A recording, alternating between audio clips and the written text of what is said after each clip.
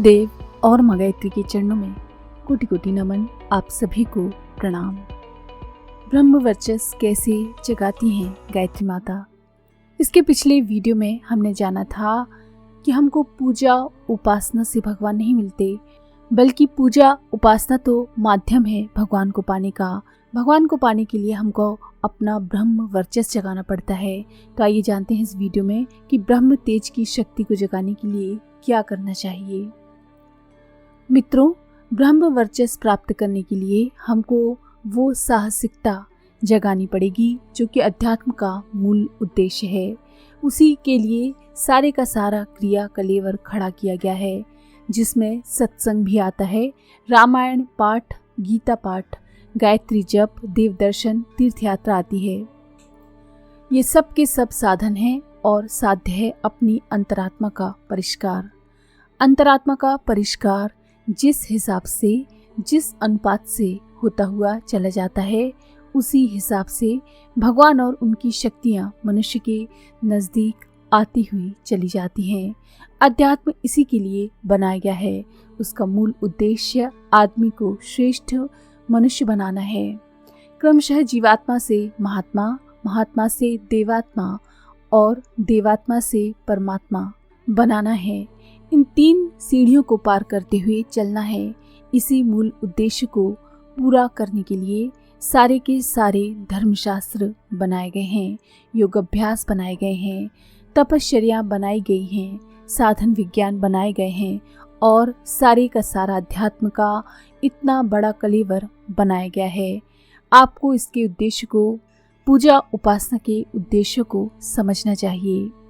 ब्रह्म वर्चस्व पैदा करने वाली गायत्री माता की छवि हमको ये बात बताती है कि हमारी आँखों में दिव्य तत्व का प्रवेश होना चाहिए। हमारी आँखों में जो चीज़ जैसी है उसी तरह की देखने का मादा पैदा होना चाहिए। नारी क्या हो सकती है? नारी हमारी माँ हो सकती है, बेटी हो सकती है, बहन हो सकती है, और उससे भी ऊंचा एक स्थान है, उसको धर्म पत्नी कहते हैं।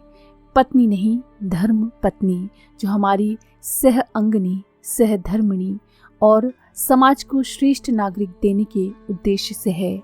दोनों हाथों से जिस तरीके से नाव को चलाते हैं, उसी तरीके से स्त्री पुरुष दोनों मिलकर के जीवन की नौका को खेने के लिए और उसे पार करने के लिए खड़े हो जाते हैं।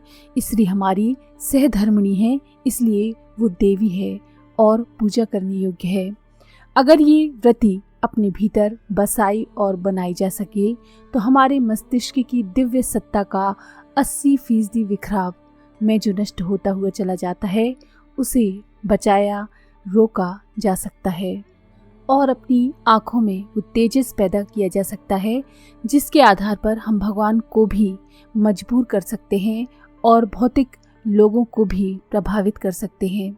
अगर अपनी आँखों के द्वारा जो बिजली नष्ट होती रहती है उसको रोक पाएं, तब मैं आपसे कहता हूँ कि आपकी और हमारी आँखों में गांधारी के तरीके से वह तेजस पैदा हो सकता है कि हम अपने बच्चों को अगर ये आशीर्वाद दें कि तेरा शरीर लोहे का हो जाएगा तो लोहे का बन सकता है, और अपनी आँखों में वह तेजस पैदा किया जा सकता है जो गांधी जी की आँखों में था। 32 वर्ष की उम्र में उन्होंने अपनी स्त्री को बा कहना शुरू कर दिया था। इससे उनकी आंखों में वह ब्रह्म तेजस पैदा हुआ कि ब्रिटेन के प्रधानमंत्री चर्चिल को अपनी वायसरायस को यूं लिखना पड़ा कि आप गांधी जी से आंख मत मिलाना। उनकी आंखों में हिप्नोटिक पावर है, जिसको भी देख लेता है उसी को वह प्रभावित कर देता है, उसी को मेस्मराइज कर देता है और अपने चंगुल में फंसा लेता है। आप में से हर आदमी की आंखों में वह मैग्नेट पैदा हो सकता है, जिससे आप लोगों को, पड़ोसियों को और हर आदमी को प्रभावित कर सकते हैं। अगर आप अपनी आंखों की शक्ति का बिखराव रोक पाएं तब। मित्रों, गायत्री माता हंस के ऊपर सवारी करती हैं। हंस से मतलब उस प्रतीक से है जो हमारे भीतर एक वृत्ति पैदा करती है, संकल्प पैदा करती है कि जो आदमी हंस है, गायत्री माता उसके ऊपर सवारी करेंगी। हंस गायत्री माता का प्रतीक है, जो जवान स्त्री के प्रति, भिन्न सेक्स के प्रति दिव्यता का, पवित्रता का भाव पैदा करता है। हंस वह आदमी जो मोती खाए, जिसके ऊपर दाग धब्बे ना हो, जो दूध और पानी को अलग करना जानता हो, अर्थात जिसके रोम रोम में इंसाफ भरा हुआ हो। हंस मोती खाता है, अर्थात जो विवेकवान है वे मोती खाते हैं, अर्थात न्याय की कमाई खाते हैं, ईमानदारी की कमाई खाते हैं और शुद्ध चीज़ें खाते हैं। वो आदमी हंस है जो दूध और पानी में फ़र्क करते रहते हैं, अर्थात जो चीज़ सामने आती है उसमें से ये फ़र्क करते हैं कि उचित क्या है और अनुचित क्या है। ये कसौटी है खरे खोटे की पहचान की। पुराने ज़माने में जब सोने चांदी के सिक्के चलते थे तब उनके ऊपर कसौटी लगाई जाती थी कि कौन सिक्का खरा है और कौन खोटा। आपके पास जो भी घटना आए, परिस्थिति आए, व्यक्ति या विचार आए, प्रत्येक के ऊपर कसौटी लगाइए और देखिए कि इसमें से क्या उचित है और क्या अनुचित है, कौन नाराज होता है और कौन खुश होता है। ये देखना आप बंद कीजिए। ये दुनिया ऐसे पागलों की दुनिया है कि अगर आपने ये विचार करना शुरू कर दिया कि हमारे हितैषी किस बात से प्रसन्न होंगे, तो फिर आप कोई सही काम नहीं कर सकते। सही काम करना है तो फिर आपको ये बात उठाकर ताक पर रखनी पड़ेगी कि कौन नाराज होगा, कौन नहीं। अगर आपको भगवान को प्रसन्न करना है और अपनी ईमान को प्रसन्न करना है, जीवात्मा को प्रसन्न करना है, तो लोगों की नाराजगी और प्रसन्नता की बाबत विचार करना एकदम बंद करना पड़ेगा। हमको भगवान की प्रसन्नता की ज़रूरत है, लोगों की प्रसन्नता की नहीं।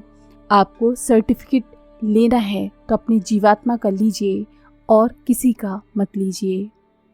मित्रों, वो गायत्री मंत्र जिसका हम आपको जप कराते हैं, जिस गायत्री माता की उपासना कराते हैं, वो सिर्फ उस आदमी के गले में माला पहना सकती हैं जो सत्यवान है। सत्यवान और सावित्री की कथा आपने सुनी होगी कि उसने सत्यवान का वरण किया था और कहा था कि हमने अपनी मनमर्जी से ब्याह किया है। ये सावित्री और गायत्री एक ही शक्ति का नाम है। गायत्री और सावित्री वरण कर सकती हैं, वरदान दे सकती हैं, कहना मान सकती हैं। उत्तर है हाँ।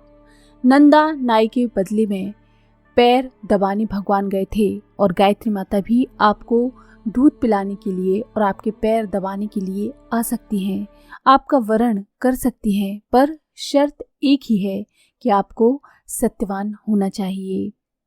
जो सत्यवान नहीं है, जिन्होंने अपना सारा जीवन झूठवान बन करके रखा है, जिसके व्यवहार में झूठ, विचारों में झूठ, नियम में झूठ, रोम रोम में झूठ भरा पड़ा है, उसका यदि ख्याल हो कि गायत्री मंत्र बोलने के बाद में किसी ऐसी शक्ति को गुलाम बना सकता है जो उसके मन मर्जी के मुताबिक जो भी मनोकामना होगी उसको पूरा कर दिया करेगी, तो मेरे हिसाब से ये ख्याल गलत है। दुनिया में ऐसी कोई देवी नहीं जो किसी पूजा पत्री करने वाले को निहाल इसलिए कर दिया करें कि उसने इतना जप किया, धूपबत्ती जलाई या इतना हवन कर दिया। हवन, धूपबत्ती और जप की संख्या के नाम पर प्रसन्न होकर आदमी की मनोकामना को पूरी कर दिया करें, ऐसी देवी दुनिया में नहीं। आज के लिए इतना ही।